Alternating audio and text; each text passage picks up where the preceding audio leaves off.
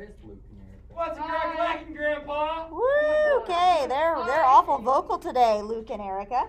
You're welcome. The quadratic formula, we're not going to talk about the discriminant yet today, but that's another part of this. We are going to do example 1, 2, and 3, and then we're going to stop because that's going to be enough for today. But the quadratic formula, okay? Little introduction into this section. What we have been doing so far for the last 3 sections is discussing parabolas and these special places right here, which are called the zeros, okay? That's what we've been talking about this whole time, okay? And finding the zeros, the methods that we have of finding the zeros include factoring, okay? And within the section of factoring, we have 4 methods, 1, 2, 3, 4. And they are the GCF, difference of squares, simple trinomial, complex trinomial, okay? Now, not every quadratic function can be factored. There are some that are really gross, okay? And to do those, a lot of times we instead do what we learned yesterday, which is completing the square. Okay? Because some of our answers for completing the square from yesterday came out to be like 2 plus and minus the square root of 7 or whatever, right? Those were answers that we got for completing the square. We would not have got those if we could have factored, okay? So we do completing the square when we're not allowed to factor or when the factoring is so ugly, all right? Our very, very, very last resort, if we cannot factor or we cannot complete the square, is to use the quadratic formula. And we're going to learn that today. Okay? So when all else fails, quadratic formula is what you use. What? How are we going to know? Shut up, Mac. How are we supposed to know whether we're going to factor it or complete the square thingy? That's a good question. That's a good question. Okay? Let me show you here in a little bit with an example. Can you hold that thought for just a second? Okay? Okay? Hold that thought for right now. Okay? The quadratic formula. You are going to memorize the quadratic formula whether you like it or not, because we will use it over and over and over again. Okay? So the faster you learn it, the easier it will be on you. And the quadratic formula is this. Okay? Here is a riddle. On Monday, I'm going to play a song for you. Do you guys know Adele, the singer? Okay? I know Ladell. Adele, not Ladell. Adele, she's like a European. She's got like a British accent, whatever. She's American. She doesn't no, have a British accent. she's got a British accent. She does have a British accent. She's from England. Yeah, she is. Anyway, her song, Rolling in the Deep. Have you guys heard the song Rolling in the Deep? Okay, I have the quadratic formula to the song, like to the music for Rolling in the Deep, and that's going to help you learn the quadratic formula, okay? But here's the riddle that I have, okay? X equals a negative boy. I'm just rewriting this formula right here. A negative boy couldn't decide whether or not to go to a radical party. That's a radical symbol. But being square, he decided not to go and missed out on 4 awesome chicks. The party got over at 2 a.m. That's my riddle. Okay? I'll say it again really fast. Ready? A negative boy couldn't decide whether or not to go to a radical party, but being square, he decided not to go and missed out on 4 awesome chicks. The party got over at 2 a.m. That's a riddle. Okay? I'm going to play you the song on Monday that's going to help you remember that as well, all right? So that's the formula that we are using, okay? And what this does for me is this quadratic formula, again, finds me those 2 places where it crosses. When you cannot factor or when you cannot complete the square, which means that a lot of times you're using the quadratic formula when these guys are decimals, okay? When these guys are decimals, that's when you're going to use the quadratic formula a lot of times. Okay, so let's go down to the first example. X squared minus 10x equals 11. For this formula up here, I need to know what A, B, and C are. Okay, so that's the first thing that we're going to write down. Drawing that information from this example up here, what is A going to be? 1. There's a 1 in front of the x squared, right? Okay, what's B? 12. Negative 10. Now, what is C? 0. Negative 11. don't know. Oh man, Angel, you are right. Whoa. Okay, this problem, before we do anything else, before we identify A, B, and C, write a little note to yourself. Set the equation equal to 0. We need to have 0 on the other side. So the 11 is on the wrong spot. We need to move the 11 over to the left side. And how do I get him to go to the other side? Just move him. Minus 11, minus 11. Okay? So I've got x squared minus 10x minus 11 equals 0. So now what is C? Negative 11. There we go. Okay? So smart. And then I set up my formula. Okay? All right? So quadratic formula. This guy right here, we're going to be plugging just the numbers in for A, B, and C and then solving, okay? So the first thing is negative B. B is already negative. It's negative 10. So I have negative 10. If you want to go ahead and write it as a positive 10, that's fine. I'm just going to write negative 10 so I can track my my work here. What are teachers' obsession with putting negative? It's a positive, guys. Well, but then like Luke and Erica don't look back on these notes and say, well, how did you get positive 10? Right? Okay, negative 10. Plus and minus. Guys, it's positive. Don't be fooled. Negative 10 squared, because that's B squared, right? Yeah. Minus 4 times A is 1 and C is negative 11. We're just plopping these numbers in parentheses. All over 2A, and A was 1. Okay? Then we're just going to go through, we're going to like solve stuff and simplify as much as we can. So you guys already said before that negative 10 was positive 10, so I'm going to change that. Okay? Now let's simplify the stuff inside of the square root. So negative 10 squared. 100. That's 100. Is it positive or negative 100? Negative. Positive. If you square a negative number, negative 10 times negative 10, we'll turn it back positive. It's all Okay? positive. All right, now let's do negative 4 times 1 times negative 11. Negative 4 times 1 times negative 11. Positive 44, right? Because there's two negatives, so it's positive 44. All right, what is 100 plus 44? The square root of 144, okay, which we're going to simplify here in a second. And then on the bottom is just the number 2 times 1, which is 2. Okay? So I have 10 plus and minus. Does the square root of 144 come out nicely? Yes. What is it? 12. 12. The square root of 144 is 12, all over 2. Okay? Now, what this thing means is 10 plus 12 divided by 2 and 10 minus 12 divided by 2. That's what plus and minus means, right? Okay, so let's simplify this. 10 plus 12 divided by 2. 10 plus 12 is 22 divided by 2 is 11. Okay? 10 minus 12 divided by 2 is negative 2 divided by 2, which is negative 1. Okay? Yes. And now what that tells me is that he crosses over here at 11, wherever that's at, and he's crossing at negative 1, and he does like this. Okay? Those are the two places where he's crossing.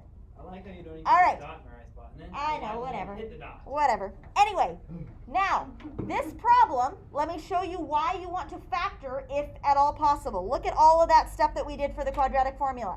Okay? This problem right here technically is a simple trinomial. And we could have factored him instead. So, let's look at what factoring breaks down to. What can you multiply together to get negative 11, but when you add them, give you negative 10? Oh. X minus 11 and x plus 1. Negative 11 times 1 is negative 11. Negative 11 plus 1 is negative 10. But if I set those equal to 0, x equals 11, x equals negative 1. Look how much faster that is. That's so much easier. Now, there will come a time where we cannot use factoring and we have to use the quadratic formula.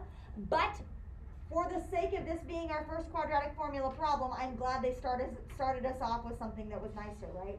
Okay, so that's why they did that. Okay, let's go on to the next example. Okay, next one, is he ready to go? Yep. What do I mean by ready to go? You don't have to add or subtract anything else. He is already equal to 0, he's good to go. So let's write out A, B, C. So what's A? 1, B is? It should be just positive 8. Should just be positive 8, okay? And C is 16. I know. So we're good to go. We're okay. All right, negative B. She's already ready to go in the formula. Negative 8 plus minus the square root, okay, of 8 squared minus 4 times 1 times 16. That's 4AC. Okay, I'm going kind of fast. All over 2A. We're just plopping those numbers in for A, B, C in the formula. Right? Just plopping them in there. And then we're going to solve. Okay? All right, next line. Negative 8 plus and minus square root of 8 times 8, or 8 squared is 64. What's negative 4 times 1 times 16? Negative 4 times 1 times 16. 64. Negative 64. Okay, so in the inside I have 64 minus 64. So that is? Negative 4. What? Wait, what? Hold on, time out. 64 minus 64? Should just be 0, right? Oh, because 8 squared is 64. 4 times 1 times 16 is also 64. So 64 minus 64, 0. oh, it's 4 times 1 times 16. It's Yeah. like 4 times 1 plus 4 times. Yeah. 4 That's times 1 times dumb. 16. Okay? The bottom number 2 times 1 is just 2. Okay? Now, what is the square root of 0?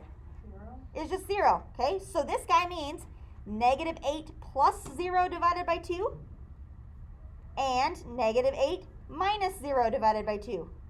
Okay? What's negative 8 plus 0 divided by 2? What? Negative 4. Negative 4. What's negative 8 minus 0 divided by 2? Negative 4. Also negative 4. So I get the same answer. So what does this parabola look like? It only crosses at 1. It only touches at one place, at negative 4. And he looks like this. Okay? Now, let me show you why this is nice. This guy right here, You're in. x squared plus 8x plus 16. He's a trinomial. What do you multiply to get 16, but when you add them, give you 8? 2. 4. X plus 4, set them equal to 0. Negative 4 and negative 4. Okay? If we know how to factor, we'd rather factor, right? Okay? All right, this next problem, there's no choice. We can't factor this one down. This is going to give us ugly answers that we have to take or do the quadratic formula for. These last two examples we could have just solved by factoring, right? Okay? But this next one, we have no choice. 2x squared plus 6x minus 7. Okay? He is ready to go. He's set equal to 0, so let's do this. And I'll show you why this comes out really gross and nasty as an answer, right? A is 2, B is 6, C is negative 7. All right, so let's do it. Negative B is negative 6 plus and minus the square root of B squared, which is 6 squared, minus 4 times A times C. Am I going too fast? A little bit. A little bit? Okay. All over 2A. All right. Now let's simplify. So negative 6 stays, plus and minus. All right, let's simplify some stuff. 6 squared is 36, okay? What's negative 4 times 2 times negative 7? So 8 times 7. 56. Is it positive 56 or negative 56? Positive. Positive 56, okay? So we have 36 plus 56, which is 92. All over No, 4. 4. 2 times 2 is 4, okay? All right, now, the square root of 92 doesn't come out nicely, right? Okay, but the square root of 92, let's break him down. Whoop, I don't want to do that. Break him down. What goes into 92 that you can take the perfect square root of? 8 something. 4 something. 4 and 23, I think. Somebody check that, make sure. 23. 4 and 23, I think. Yeah. Now, that one won't break down anymore because 23 is Alright. prime. So, the square root of 4 and the square root of 23 looks like 2. 2 square roots of 0. 23, right? Yeah. 23 doesn't break down. So 2 square roots of 23. All right, so I'm going to take this guy and I'm going to rewrite him, but instead of 92, I'm going to write him as 2 square roots of 23. So negative 6 plus and minus 2 square roots of 23 all over 4. I just replaced the 92 with 2 square roots of 23. Am I going too fast? Nope. Is that it? No? Okay, one more thing. You can write your answer like that. Or take a look at all of these numbers. The 6, the 2, and the 4. All of those numbers are divisible by 2. 2. So we can divide each one of them by 2, but we can only do that if all 3 places will reduce by the same number, right? All 3 places. So if I reduce them by 2, this will be -3 plus and minus 1 square root of 23 all over 2. And this is my answer. Okay? Good? Do we have to do that? No. You can probably just leave your answer as the top one. But when we do this in like trig class, and when we do this in calculus, when you guys have me in calculus, because that you probably will as seniors, I will have you reduce. So keep that in mind. That's kind of how that works. Okay? All right. Now again, those guys are going to come out as really ugly decimals, and that's going to be the places where he's going to cross, right? Yep. Whatever he looks like. Okay. All right. Yep. You guys also have a sheet of paper, so that's all that we're going to do for now. On Monday, we'll finish the rest of it. For homework, what I want you to do is, You're giving us homework. We don't even I'm giving you homework. On the weekend? Giving you homework. It won't be due on Monday, so do with that as you please. Whatever. You'll have something to work on in study hall on Monday. Okay? 3-6 practice, or skills practice. This is only one-sided, but it looks like this. What I want you to do for homework is, don't worry about A, B, and C. Don't cross it off, but don't worry about A, B, and C, like doing these steps. Okay? Don't do the steps. Just solve him and do 1, 2, 3, and 4. I would really suggest you write out the formula and put that at the top of your paper. Yeah. But do 1, 2, 3, and 4 just how we did it in class just now. For 1, 2, 3, and 4. Okay? Before we stop, what is A, B, and C for number 3? 3, -2, and 0. 3, -2, and this is like +0 on the end there. There's no C, so C is 0. Okay, so keep that in mind. That'll help you a little bit. All right. So just like we did in class, 1, 2, 3, 4. 1, 2, 3, 4. Go ahead and do that for homework. Okay. Good. All right. Everybody say bye, Erica and Luke. Bye. Bye, Felicia. We don't miss you.